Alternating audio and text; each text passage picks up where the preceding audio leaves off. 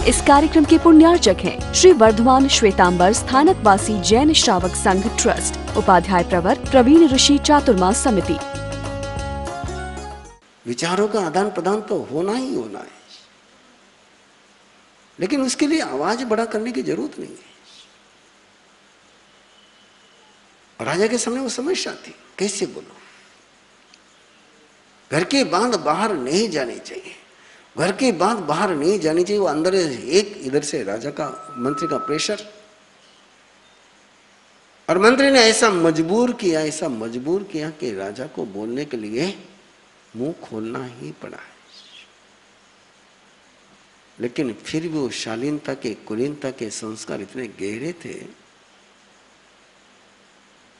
राजा ने ये नहीं बताया कि रानी कोप भवन में जाकर के बैठी है।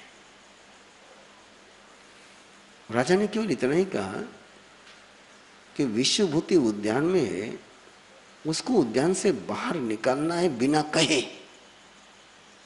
समस्या केवल इतनी बोले। मंत्री समझ गया, मंत्री को डिटेल बताने की जरूरत नहीं थी। और मंत्री ने राजा को कहा, इतनी सी बात है ना, आप टेंशन लेस हो जाओ,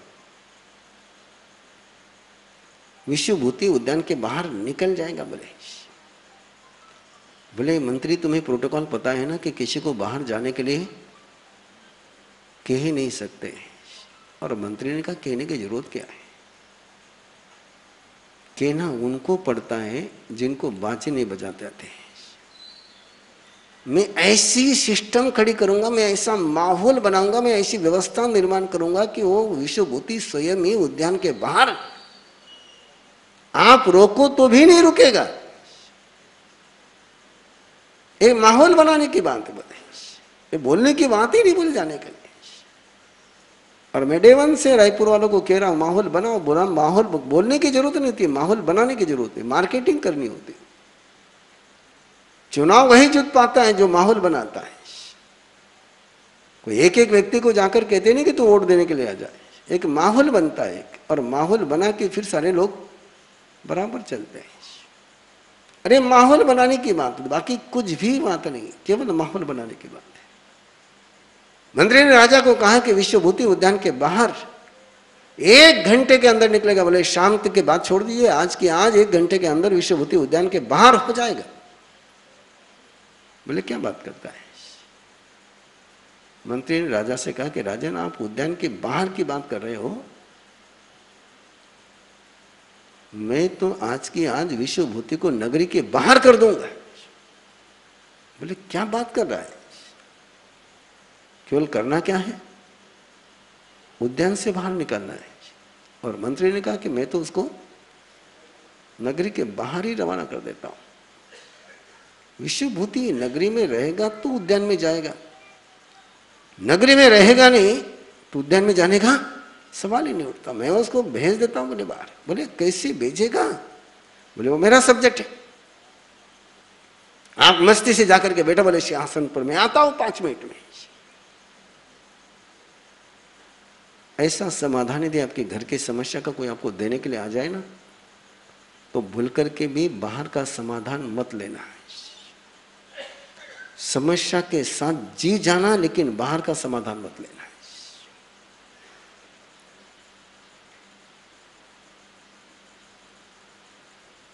बाहर की मंत्रणा तुम्हारे घर को टेम्पररी समाधान दे जाएगी, लेकिन लंबा प्रॉब्लम खड़ा करेगी।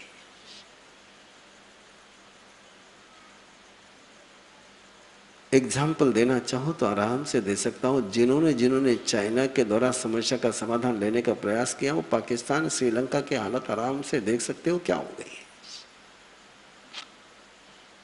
जिन्होंने समाधान के सूत्र बाहर से लेने शुरू कर दिए, उन्होंने समस्याओं को बढ़ा ही दिया, वो समाधान होता ही नहीं कभी।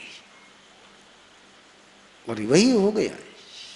मंत्री ने कहा कि 5 मिनट में समाधान हो जाएगा, मैं 5 मिनट में आता हूं। राजा सिंहासन पर जाकर के बैठा है। मंत्री ने अपने तंत्र को सक्रिय किया, और 5 मिनट में मंत्री भी सभा में जाकर के बैठ गया। और सभा में बैठने को 5-7 मिनट बीते नहीं होंगे तो गुप्तचर तंत्र का प्रमुख सभा में पहुंच गया। कि राज्य की व्यवस्था होती है, वहां पर गुप्तचर की व्यवस्था होती है, जासूसों का बहुत बड़ा नेटवर्क है। उस नेटवर्क का जो प्रमुख था वो पहुंचा और प्रमुख ने पहुंचते ही लखोटा सामने रख दिया कि सीमांत पर रहने वाले सरदार ने, सामंत ने बगावत कर दी और वहां से सेना लेकर के वो राजधानी पर आक्रमण करने के लिए चल पड़ा है। उसने बहुत सारे लोगों को अपने साथ जोड़ लिया है। यदि तुरंत उसको वहां रोका नहीं गया और कहीं राजधानी तक वो पहुंच गया तो रास्ते में उसके साथ बहुत सारे लोग और जुड़ जाएंगे। पूरे राज्य में एक गृह युद्ध शुरू हो जाएगा। अभी वो आपने प्रदेश से चला ही, उसको तुरंत रोकना बहुत जरूरी है। और सारी रिपोर्ट जैसे ही राज्यसभा में पहुंची, तुरंत मंत्रणा कक्ष और मंत्रणा होने के बाद तुरंत युद्ध भेरी बजाई गई, युद्ध की घंटा बजाई गई। वो आवाज सीधे उद्यान में पहुंची। युद्ध की घंटा, युद्ध भेरी, रणभेरी। उस घंटा को सुनते ही विश्वभूति पराक्रमी व्यक्तियों की कुछ कमजोरियां होती है, शूर व्यक्ति की कुछ कमजोरियां होती हैं। उनको कहीं से चैलेंज आ गए तो उनका विवेक खो जाता है। वो चैलेंज को स्वीकार करने के धुन में विवेक का उपयोग करना भूल जाते हैं।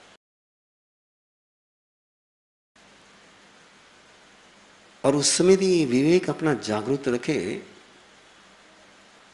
तो शूर व्यक्ति जिंदगी में हमेशा सफल हो सकता है। हमेशा जो शूर व्यक्ति पराजित हो जाते हैं, पराक्रमी व्यक्ति जो पराजित हो जाते हैं, मेहनत करने वाले जो पराजित हो जाते हैं, उसका छोटा सा कारण है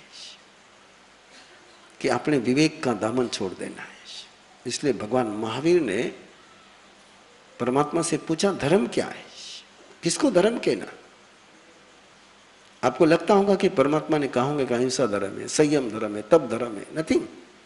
परमात्मा ने एक सिंपल सेंटेंस में जवाब दिया, एक ही शब्द में जवाब दिया, धर्म क्या है? विवेके धर्म माहिए। विवेक में धर्म कहाँ है? विवेक मीन्स कॉमन सेंस। विवेक मीन्स कब क्या करना, कब क्या नहीं करना। ऐसा नहीं कि बोलना चाहिए, ऐसा भी नहीं, मौन रहना चाहिए, ऐसा भी नहीं। बिना विवेक की मौन भी खतरनाक होती है और बिना विवेक का बोला हुआ भी खतरनाक होता है।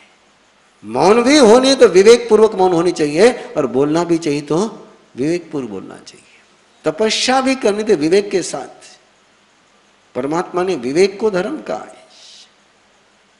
किस समय क्या करना, किस समय क्या नहीं करना, किस समय क्या बोलना, किस समय क्या नहीं बोलना, किस समय क्या सोचना, किस समय क्या नहीं सोचना। हो सकता है कि एक समय में जो बात सही है दूसरे समय में वो गलत भी हो सकती है। ये विवेक है। और जहां विवेक है वहां धर्म है, जहां विवेक नहीं वहां धर्म नहीं। सारा विषय विवेक का है। विवेक छूटा, धर्म छूटा। और विश्वभूति को जैसी युद्ध भेरी सुनाई दी, वो दौड़ा राज्यसभा की ओर। भूल गया उद्यान, भूल गया क्रीड़ा। रानियों को कह भी नहीं सका कि युद्ध भेरी बजी, भाई जा रहा हूं, पता नहीं क्या इमरजेंसी आई है। वैसा ही चला वो। और जैसे राज्यसभा में पहुंचा तो उसने अपने राजा को प्रणाम करके के पूछा कि अचानक युद्ध की तैयारी, कौन जा रहा है युद्ध पर?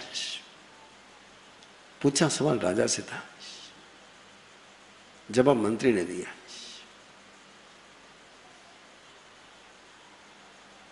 जो अपने कानों का संतुलन खो देते हैं, जो बैलेंस खो देते हैं, उन्हें अपने निर्णय पर ऐसा पछताना पड़ता है कि कितने भी पछताए तो सुधरते नहीं है। लोग तो तुम्हारे कानों में तीखे शब्द ही पहुंचाएंगे। इसलिए परमात्मा ने संत के लिए कहा कि कांटों के समान तीखे शब्द भी कानों में आ जाए तो तेरा संयम मत खोना है। पांवों के कांटे झेलना आसान है, कानों के कांटे झेलना बहुत मुश्किल है। पांवों में कांटों से बचने के लिए जूते पहन सकते हो, लेकिन कानों को कांटों से बचाने के लिए कोई जूते नहीं है, कोई शूज नहीं है। और ये जब कानों में कांटे जाते हैं और उस समय जब मन को पीड़ा होती है, वहां यदि आप संयम रख पाए तो विवेक रहेगा। कांटे जब कानों में आते हैं, मंत्री ने जवाब दिया, और मंत्री जवाब क्या दिया, वो तो कांटा बोला, चुभा, तुम्हें क्या लेना देना, राज्य की चिंता तो राजा ही करेगा, बोले तुम तो आराम से रानियों के साथ मस्ती करो।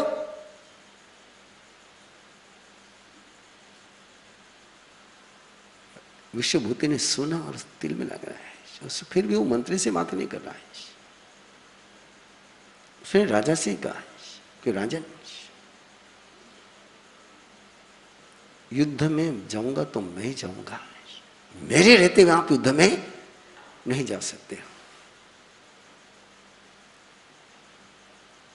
मैं यहां पर हूं, आप युद्ध में चले जाएं, इससे बढ़कर तो मुझे मौत मिल जाए तो मंजूर है, लेकिन मेरे रहते आप युद्ध में नहीं जा सकते हो। राजा जवाब ही नहीं दे रहा, राजा को चुप किया था मंत्री ने, और मंत्री ने दूसरा तीर छोड़ा है जो विश्वभूति को लुलुहान कर गया। बोले पहले जाकर के रानियों को पूछ के आ जा। और फिर विश्वभूति अपने आप को कंट्रोल नहीं कर सका, नियंत्रण में नहीं रख सका है, और विश्वभूति के मुंह से एक वाक्य निकल गया है, जो रानियों के गुलाम होते हैं उन्हें रानी को पूछने की जरूरत होती है। मैं रानी का गुलाम नहीं हूं, मैं इसी पल यहीं से युद्ध भूमि पर जा रहा हूं। और जिस समय विश्वभूति ने बोला कि जो रानी के गुलाम होते हैं, उसने तो अपनी अंतर की बात कही थी, लेकिन राजा को लगा कि कहीं ना कहीं मैं गुलाम बना हुआ,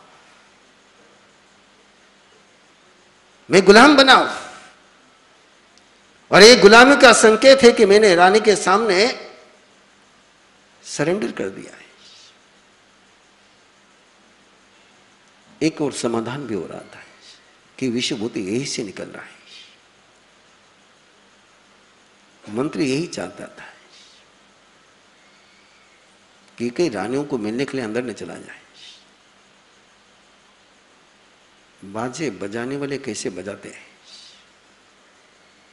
और बाजे बजाने के बाद क्या होता है, विश्वभूति के दिमाग में कोई था नहीं। नॉर्मल सिचुएशन रहती तो रानियों को कहकर के जाता कि मैं युद्ध भूमि पर जा रहा हूं, तुम भी उद्यान से घर पर पहुंच जाओ, ये नॉर्मल थी बात, और ऐसा ही होता था।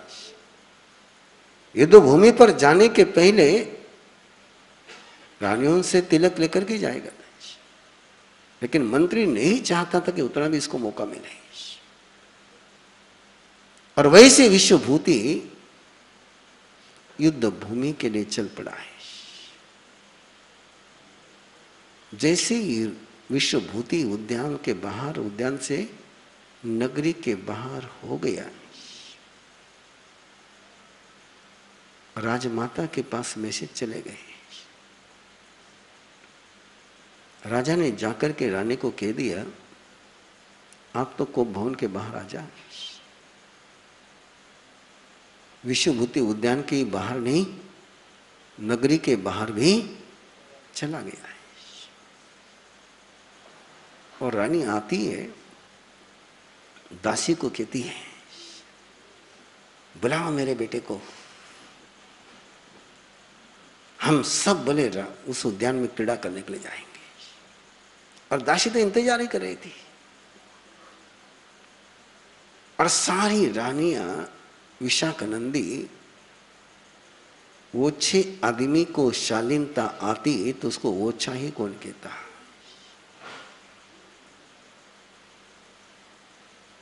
छोटे मन वाले लोगों के पास शालीनता कभी रहती नहीं है, ना व्यवहार में ना बोलने में। उन्हें पता था कि विश्वभूति उद्यान के बाहर गया है, लेकिन रानियां वहीं पर है।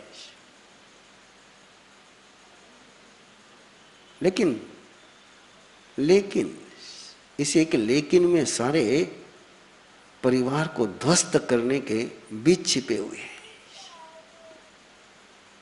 मेरे गुरुदेव फरमाते थे, ये अगर और मगर बीच में आ गया कि समझ लेना कि सारा मामला डबाडब हो गया, भैंस पानी में बैठ गई। जैसे आपके मन में मगर आ गया, वो लेकिन आ गया कि सारी बातें समाप्त हो गई। इसलिए जब भी कदम उठाओ तो बिना लेकिन के उठाओ, चले। और इस तरीके से चले, इस तरीके से चले कि रानियां तो सोच रही थी, विश्वभूति का रानी परिवार वही था। और अपनी मस्ती में उनको लगा कि विश्वभूति गया, अभी आ जाएगा। लेकिन 1 घंटा गया, 2 घंटे गए, 1 प्रहर भी गया, विश्वभूति आए नहीं। और वो सोच ही रहे थे कि तब तक तो दरवाजा खुला और विशाखानंदी के साथ विशाखानंदी का पूरा परिवार अंदर आया। वो सारे गफलत में थे और सीधा हुक्म निकला कि निकलो बाहर। उद्यान में तभी रह सकते थे तब विश्वभूति होता था। विश्वभूति नहीं तो विश्वभूति का परिवार उद्यान में रह नहीं सकता था। इस कार्यक्रम के पुण्यार्चक हैं श्री वर्धमान श्वेतांबर स्थानकवासी जैन श्रावक संघ ट्रस्ट, उपाध्याय प्रवर प्रवीण ऋषि चातुर्मास समिति, महावीर भवन इंदौर।